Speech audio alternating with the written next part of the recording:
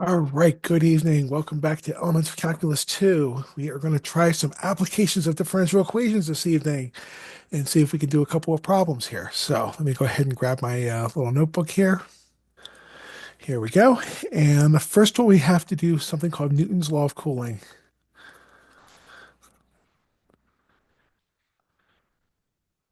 Okay, I hope you can't hear my cats out in the background. We just got a new cat, and she is still establishing boundaries with the other cats. So they do get into a bit of a verbal argument here and there. Okay, so let me see here. Newton's law of cooling says that the rate at which an object gains or loses heat is proportional to the difference in the temperature between the object and its surrounding area. Let's dissect that. So the rate at which a object is gaining or losing heat. So we're going to say the change in temperature, the rate it is gaining or losing heat, is proportional to. And when I was going to school, they used like this little thing that looks like kind of like it's not an equal sign. It kind of looks like an alpha, but not quite. It was like a circle with a little thing. This is proportional to, okay? Um, let's see, proportional to the temperature and it's that of its surroundings, okay? So it's going to be proportional to the object and its surroundings. And the difference, it says the difference, gains or loses heat, is the difference between the difference in temperature between the object and its surroundings. So we're going to go ahead and say the temperature and its surroundings. I'm going to put a little TE. This is temperature of the environment. This is a constant that will be given in the problem. Okay, so this is a constant that will have to be there. We don't know the temperature.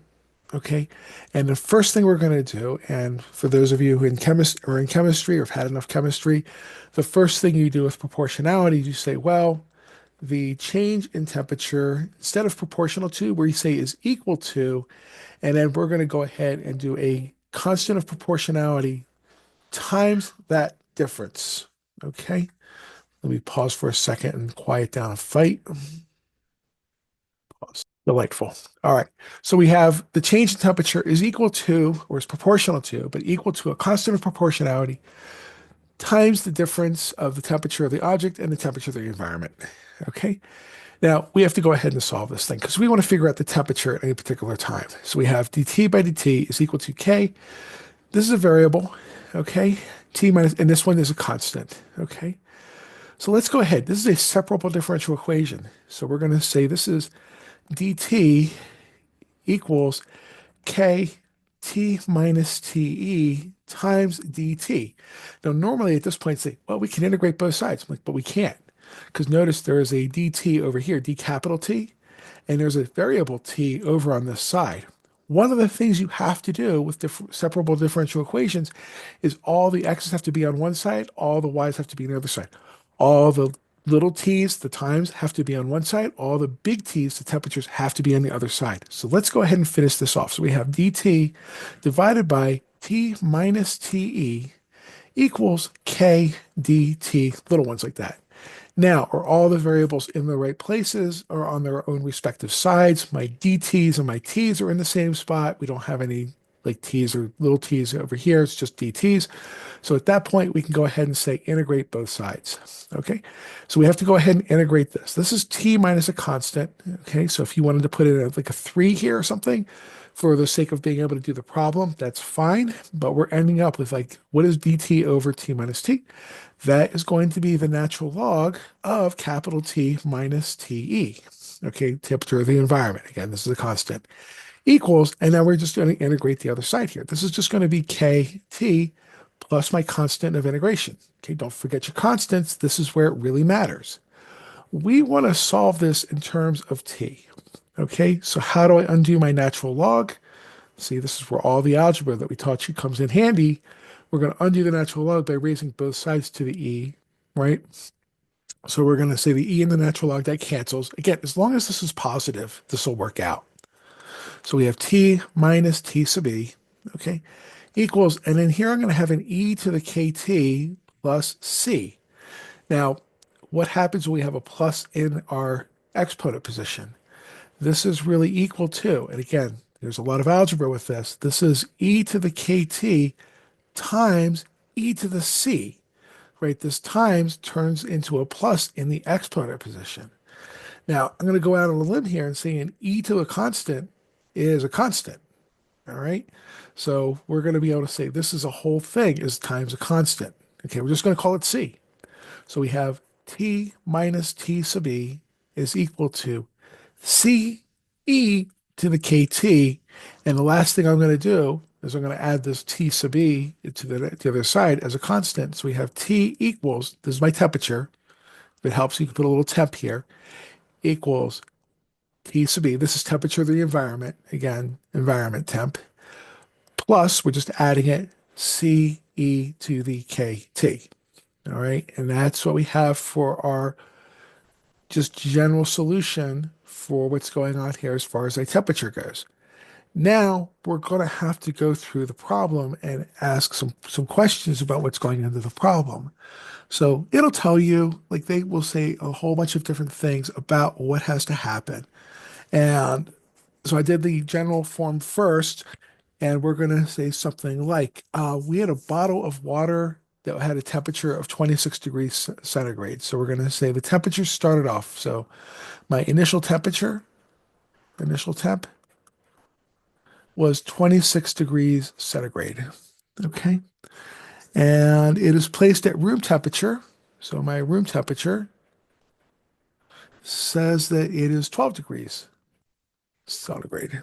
Okay. And then we're almost there. Okay, if the temperature of water after 30 minutes, so after 30 minutes, okay, we're going to get this to be 20 degrees Celsius. Okay, so it was kind of a tepid. The way I always do temperature Celsius to Fahrenheit is double it and add 30, and that's how we go ahead and do this. So if I say, okay, 26 is 52 degrees plus 30, so it's about 80-ish degrees. So you left the water out in the sun in New Mexico in the summertime, and you put it in, let's see, this is going to be uh, double 12, so it's 24 plus 30, goes into a 54-degree room. So that's pretty nice air-conditioned room. And after 30 minutes, it cools to this guy right here. So again, cools to 70 degrees. Yay. It's not nearly so hot. So it goes from 80 degrees to 70 degrees within 30 minutes. It's pretty good. Um, is 20 degrees. Find its temperature after 2 hours. What is the temperature? The temp after 2 hours. Now, all of this stuff here has to deal with putting our initial conditions, because notice we have a C, a constant of integration that we have to deal with, and we have some kind of proportionality constant that we have to go deal with. So we have all of that, what's going to happen. All right. So we're going to say my temperature equals T sub E plus C e to the KT. When time is equal to 0, okay, what is the temperature of the water? It's 26 degrees. Okay, so we're going to go over here. We're going to say we have 26. That's okay. That's my original thought.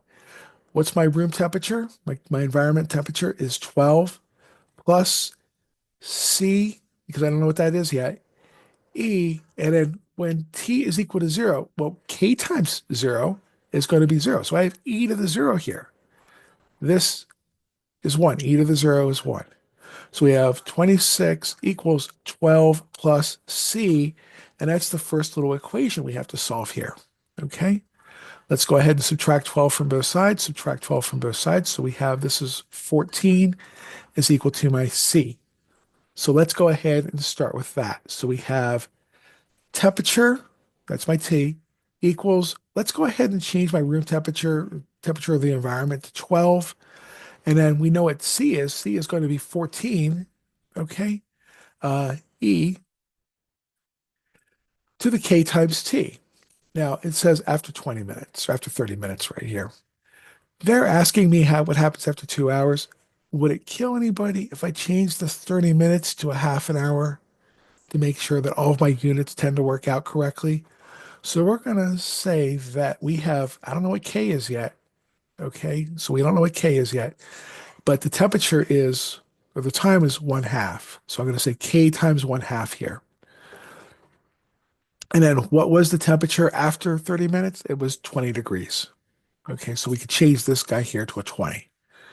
All right, so let's go ahead and just recap what we have. We have 20, that was my temperature, equals 12, that was my room temperature, plus 14, e to the k over 2. We have to solve for k. Okay? It's like the last thing you learn in college algebra is how to solve exponential equations. This is what we're doing.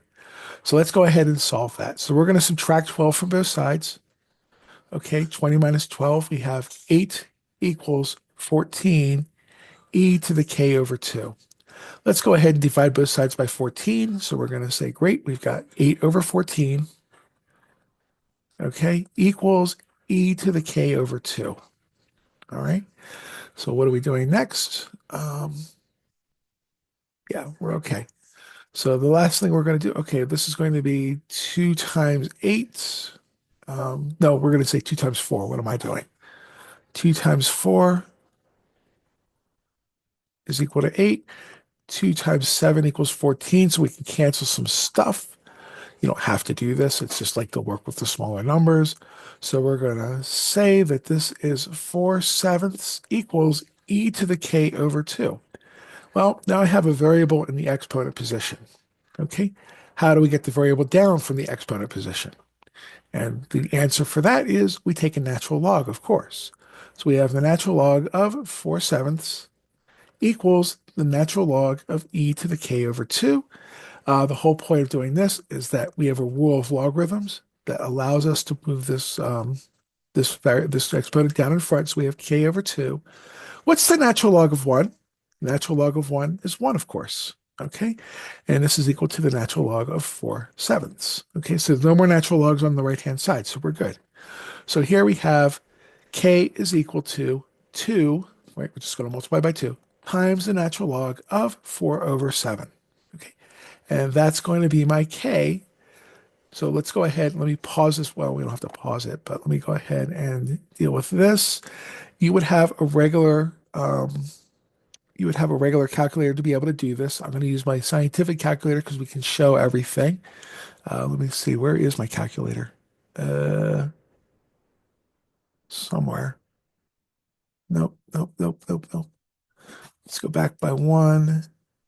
Yeah, I know. Backup reminder is very good. So sorry about this, but we're just going to go over here. There's my calculator. So we go ahead and have our calculator emulator. Again, I'm using a fancy calculator. I'm not going to use any of the fancy applications on it. All I'm going to do is say this is 2 times the natural log. Where's my natural log button? Ln of 4 divided by 7.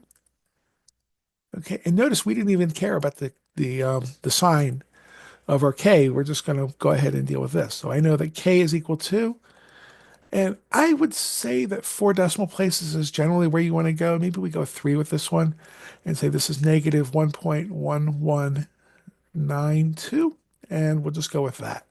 Okay. Um, if you do chemistry, you do some biology, way back in the day, they had these books with a whole bunch of physical constants. Like if you needed to know the boiling point of lead for some reason, you would look in these books called the CRC books.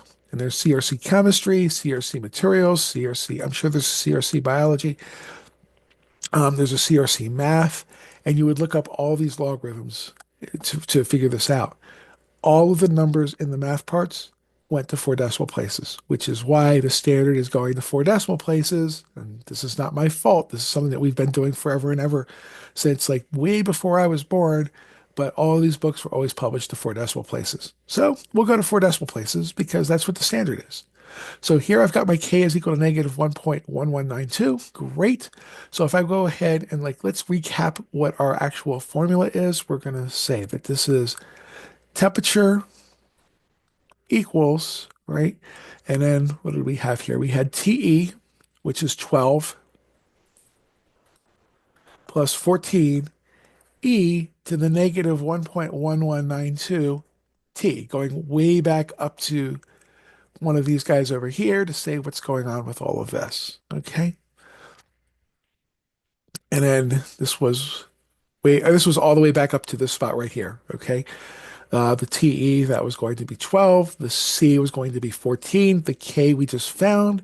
And that's going to be my formula to figure out what's going on. And now they wanted to know what? What is the temperature after 2 hours? So they said when T is equal to 2 hours, let's go ahead and plug that in and see what happens. So we have T equals, we have 12 plus 14, e to the negative 1.1192 times 2, and we'll go ahead and figure that out. Okay, so here we are with our negative 1.1192. We're going to multiply that by 2. Okay, equals. So that's taking care of this. And now we have to make this the exponent to e. So we're going to say second function ln. So second function e to the x. And like, what do I want for my e to the x? I want that answer that I just had. That's second function, and there's an a and s button down here. Every TI calculator has that thing. Or you could have written down negative 2.2385. Okay. You're going to be off because this is carrying it out to like 8 decimal places or whatever it goes to. If you're going to round it, you're going to get a slightly different answer. That's why we go to 4, because when I grade the test, I usually go to 2 and say that's good enough. Okay. But we go to 4 to make sure that we have an insurance policy that this whole thing is going to be there. And let's just say equals. Okay. And that's going to be this piece here. Multiply it times 14. Okay, that's this 14 right here. Let me go back to my calculator. Equals, and then we'll go ahead and add 12 to it. Let's go ahead and add 12. Okay, so my value here is about 13.5, so my temperature is equal to 13.5 degrees Celsius. Does that make sense as far as the context of the problem goes? So we started with an initial temperature of 26 degrees. Room temperature is 12 degrees. After 30 minutes, it got down to 26 degrees, or 20 degrees rather. And after 2 hours, we are down to 13 and a half degrees. Okay. Which means, we're trying, so the question is it ever going to get below 12 degrees? No, it's never going to get below 12 degrees. So we could go back to our original function here, this guy right here. Okay. And we could ask you a calculus question like as t goes off to infinity, what will the temperature of the water be? Like, does it make sense that the temperature of the water is going to settle on what the room temperature is eventually? It's never going to get lower than that, but eventually it'll settle to that room temperature. As t goes off to infinity, this is going to get smaller and smaller and smaller and smaller times the 14. This is going to be a 0 times 14 is 0, and it's going to be 12 sitting here, right? Okay, so as t goes off to infinity, the temperature settles at the room temperature. All right, so that's a pretty good question for Newton's law of cooling. It has plenty of algebra things in there. If you need to go back and remember how to do this, we introduced this topic at the very tail end of college algebra. They don't make them go through and do the differential equation to figure out Newton's law of cooling, but that's what this is called. So this is Newton's law of cooling. Okay. Um, so you can go back to the very tail end of Newton's law of cooling, and practice some problems so that you can actually get some idea of like how to deal with the algebra. If it's been a couple of years since you've had to do this, I highly recommend that you go back and practice this because these should be very easy like at least the algebra parts of this you should consider these to be fairly simple problems, okay, or very at least straightforward problems. You should have a good idea of what to do and how to do it to be able to get through these problems in a quick way. So the differential equation of setting it up, and I would have a problem casting you. Like I wouldn't necessarily write down Newton's law of cooling for you. I'd probably write down the temperature, the change in temperature is proportional, okay, to the difference of the temperature and its surroundings. If we do it this way, you're going to have a U substitution and you're going to have to deal with a negative in there, okay? But we could say, okay, dt, so it doesn't really matter what's going to be. It's going to be k.